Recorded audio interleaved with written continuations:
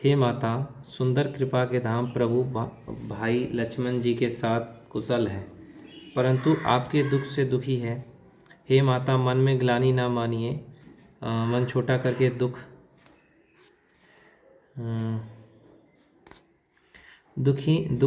ना कीजिए। श्री रामचंद्र की हृदय में आपसे दूना प्रेम है।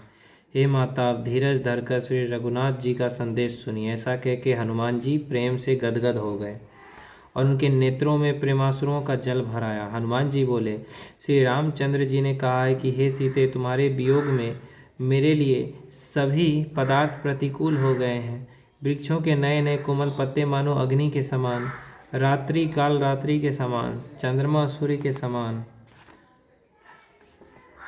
और कमलों के वन के समान है। मेघ मानो खौलता हुआ तेल बरसाते हैं। जो हित करने वाले थे वे ही अब पीड़ा देने लगे हैं। त्रिविध शीतल मंद सुगंध वायु सांप के श्वास के समान जहरीली और गर्म हो गई है।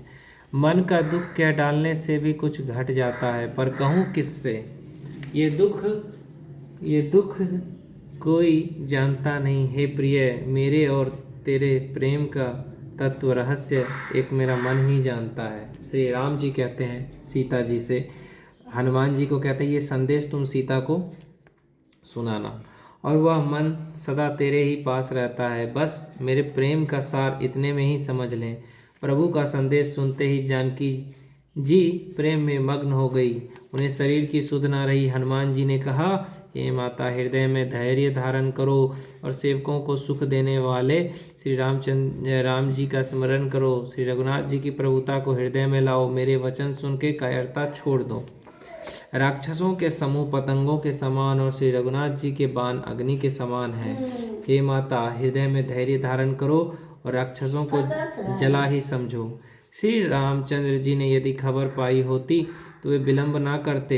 हे जानकी जी, राम बाण रूपी सूर्य के उदय होने पर राक्षसों की सेना रूपी अंधकार कहाँ रह सकता है। हे माता, मैं आपको अभी यहाँ से लिवा जाऊँ, पर श्री रामचंद्र जी की शपथ है, मुझे प्रभु की आज्ञा नहीं है। हे माता, कुछ दिन और धीरज धरें। श्री रामचंद्र जी वानरों सहित यहाँ आवेंगे और राक्षसों को मार के आपको ले जाएंगे। देखो, मनुष्य का साथ नहीं दिया, भगवान श्री राम को भी वानरों ने साथ दिया। इससे ये संदेश जाता है कि मनुष्य का काम अगर मनुष्य को हो तो शायद ही दे, लेकिन अपने साथ नहीं देते, पराये ही साथ देते हैं। और राक्षसों को मारकर आपको ले जाएंगे। नारद आदि तीनों लोकों में उनका यश गाएंगे। सीता जी ने कहा, हे पुत्र, सब वानर तुम्हारे ही समान होंगे, नन्हे नन्हे से होंगे। राक्षस तो बड़े बलवान योद्धा है, अतः मेरे हृदय में बड़ा संदेह होता है कि तुम जैसे बंदा राक्षसों को कैसे जीतेंगे। यह सुनकर हनुमान जी ने अपना शरीर प्रकट किया। सोने के पर्वत सुमेरु के आकार का अत्यंत विशाल शरीर था। युद्ध में शत्रुओं के हृदय में भय उत्पन्न करने वाला अत्यंत बलवान और वीर था। तब उसे देखकर सीता जी के मन में विश्वास हुआ। हनुमान जी ने फिर छोटा रूप धारण कर लिया।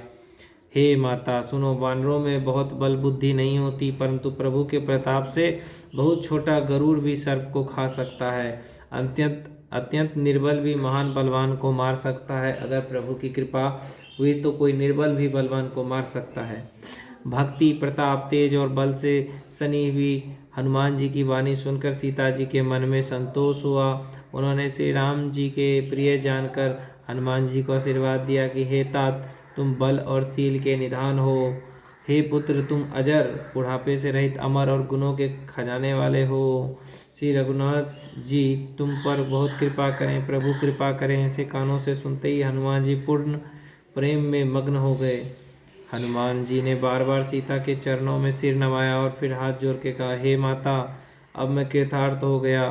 आपका आशीर्वाद अमोघ, यह बात प्रसिद्ध है।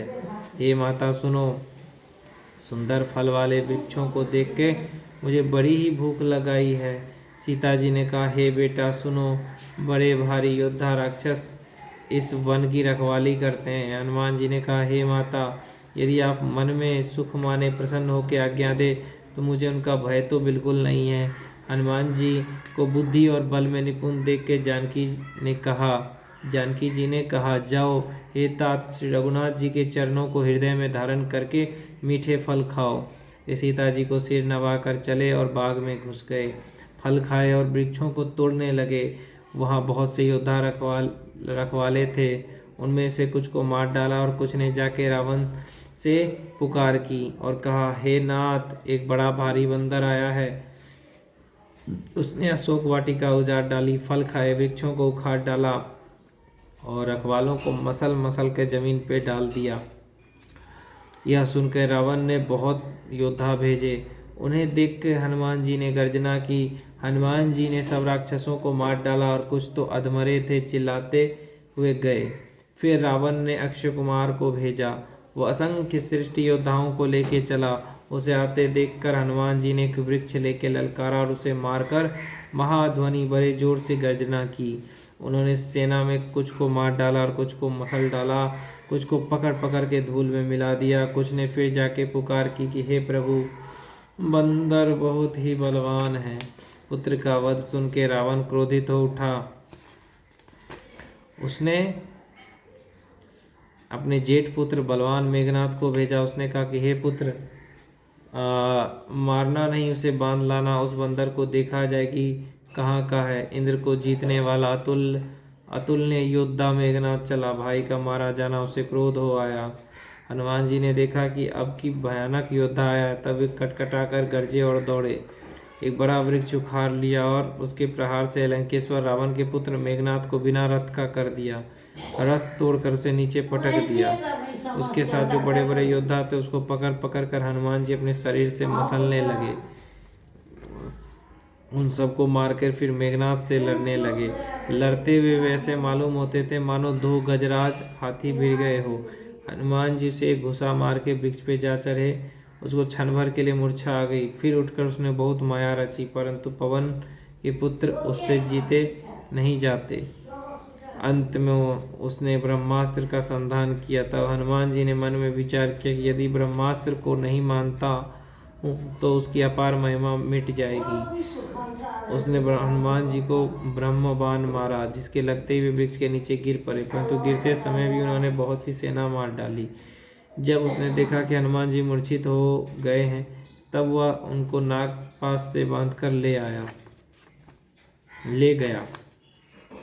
शिवजी कहते हैं, हे भवानी सुनो, जिसका नाम जपकर ज्ञानी मनुष्य संसार के बंधन को काट डालते हैं, उनका दूत कहीं बंधन में आ सकता है। किंतु प्रभु के कार्य के लिए हनुमान जी ने स्वयं को अपने को बंधा लिया। बंदर का बांधा जाना सुनकर राक्षस दौड़े और कौतुकवश के लिए तमाशा देखने के लिए सब सभा में आए। हनुमान जी ने जाकर रावण की सभा देखी। उसकी अत्यंत प्रभुता कुछ कही नहीं जाती। देवता और दिक्पाल विनयपूर्वक रावण की भ्रुकुटी को देख रहे थे, परंतु उसके ऐसे प्रताप को देख हनुमान जी के मन में शंका नहीं हुई कि जैसे सर्पों से गरुड़ निखंक रहता है। हनुमान जी को देख के रावण दुर्वचन कहता हुआ खूब हंसा। फिर पुत्र वध का स्मरण किया तो उसके हृदय में विषाद उत्पन्न हो गया। लंकापति रावण ने कहा, अरे बानर, तू कौन है? किसके बल पे तूने वन को उजाड़ कर नष्ट कर डाला? क्या तूने कभी मुझे, मेरा नाम और यश कानों से नहीं सुना? रे सठ, मैं तुझे अत्यंत निशंक देख रहा हूँ। तूने किस अपराध से राक्षसों को मारा? रे मूर्ख, बता, क्या तुझे प्राणों का भय नहीं है? हनुमान जी ने कहा, हे रावण सुन, जिसका बल पाकर माया संपूर्ण ब्रह्मांड के समूहों की रचना करती है, जिनके बल से हे दशाशीष ब्रह्मा विष्णु महेश सृष्टि का सर्जन पालन और संहार करते हैं, जिनके बल से शस्त्र मुख फनों वाले शेष जी पर्वत और वन सहित समस्त ब्रह्मांड को सिर पे धारण करते हैं, जो देवताओं की रक्षा के लिए नाना प्रकार की देह धारण करते हैं और जो तुम्हारे जैसे मूर्खों को शिक्षा देने वाले हैं, जिन्होंने शिव जी के कठोर धनुष को तोड़ डाला, उसी के साथ राजाओं के समूह का गर्व चूर्ण कर दिया, जिन्होंने खर दूषण त्रिशरा बाली को मार डाला, जो सब अतुलनीय बलवान थे, जिनके लेस मात्र बल से तुमने समस्त चराचर जगत को जीत लिया और जिनकी प्रिय पत्नी को तुम चोरी से हर लाए हो, मैं उन्हीं का दूत हूँ। मैं तुम्हारी प्रभुता को खूब जानता हूँ। सहस्त्रबाहु से तुम्हारी लड़ाई हुई थी और बाली से युद्ध करके तुमने यश प्राप्त किया था। हनुमान जी के मार्मिक वचन सुनकर रावण हंसने लगा। हे राक्षसों के स्वामी, मुझे भूख लगी थी इसलिए मैंने फल खाए और वानर स्वभाव के कारण वृक्ष तोड़े। हे निशाचरों के मालिक, देश सबको परम प्रिय है। कुमार्ग पे चलने वाले दुष्ट राक्षस सब मुझे मारने लगे।